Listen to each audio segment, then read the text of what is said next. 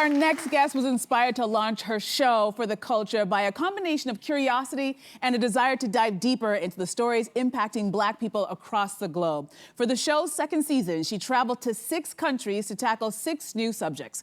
Take a look.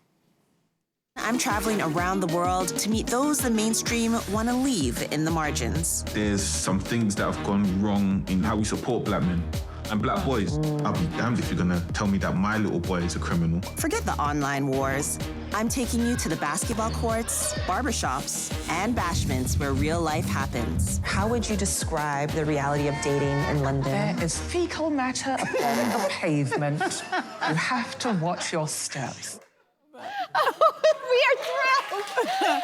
We are thrilled to have CSA award-winning writer, producer, and For the Culture host, Amanda Parris. Welcome back. Good to have you. Amanda, when we first talked to you about season 1 of the show, you were exploring things like the education system, Black maternal health, and the reparations movement, among so many other things. What was your goal heading into season 2 of your show?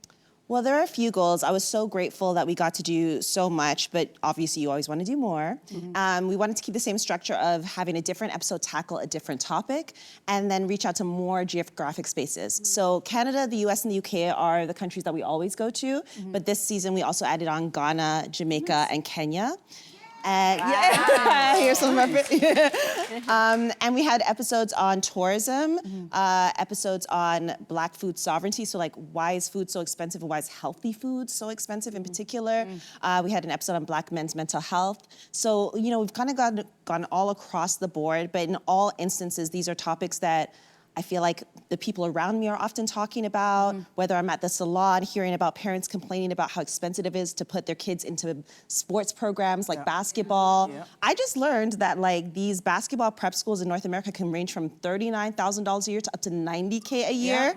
For a sport that used to be so accessible, now it requires so much money to try to chase this very elusive dream, you know? So that's, you know, the topic of our episode, Global Hoop Dream. So I love the way this show is really rooted in the organic conversations that I'm having in community. And then I get to go out into the world and have these conversations in farms, in barbershops, in people's homes. Cool. And Fabulous, fabulous concept. All right, so let's dive into the first episode because it deals with a subject that I know very well, single Black women in Canada.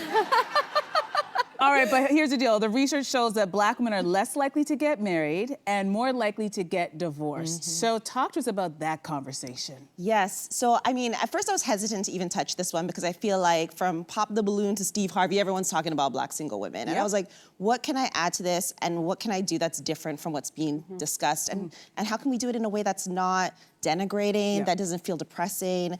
And so there were 3 things that I learned that I was like, okay, yes, got it. This is how we do this. So one is that many single Black women, and this is not just in Canada, in the US and the UK, are choosing strategic singlehood.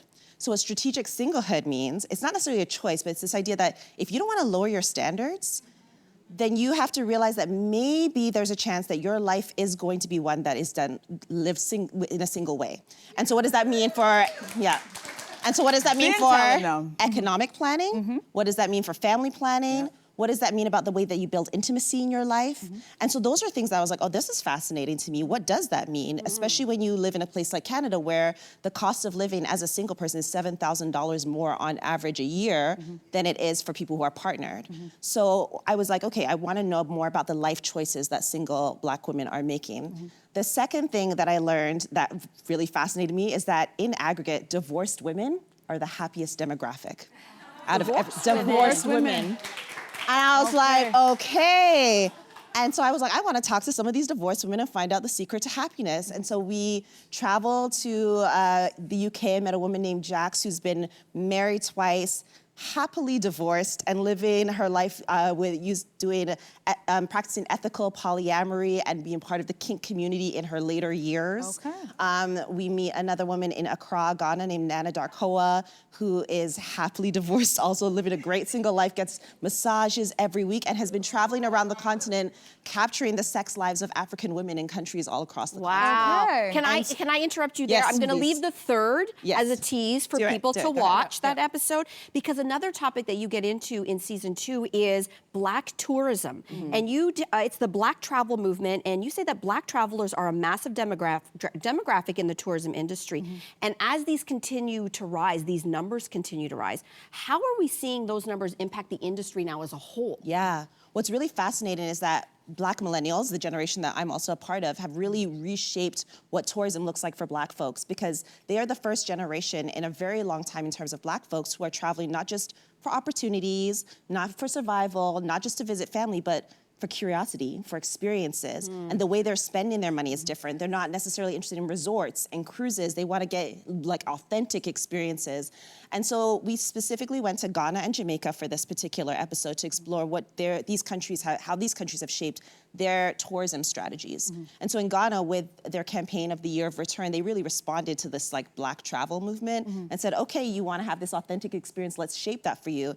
And Jamaica has a much longer history with their tourism, which is really rooted in this idea of mass tourism. It's like, let's bring the largest number of people to these large resorts. But what both countries share in common is maybe forgetting the local community concerns and sometimes forgetting what the impact of this is going to be environmentally and on the local populations. And so we kind of explore those kind of tensions that are existing as well too. Wow. Okay, so you know, you've said that doing the show has been transformative for you on a deeply personal level. Obviously, professionally, it's amazing, but how has it changed you personally? There are multiple ways, but I've been reflecting recently, like I'm pregnant. Yes!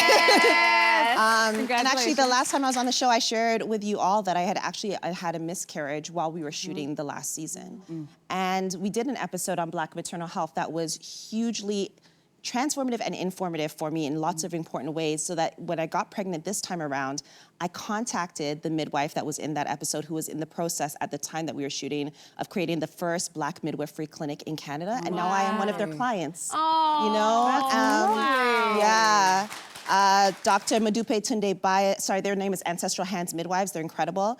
Dr. Madupe Tunde Bias is a phenomenal award-winning obstetrician who is now my OB, who will be delivering my baby. So like, I just, the being able to develop a community of care for myself in a way that I hadn't even thought about in my first pregnancy, when I had my son the first time, it's a whole new world this time around, and I feel so much more informed and well-tooled and well-resourced. Well, congratulations once again on both projects, the one that's coming up and the one that you have coming up, right? Thank you so much for being here. You can stream new episodes of For the Culture on CBC Gem starting this Friday. Don't miss it.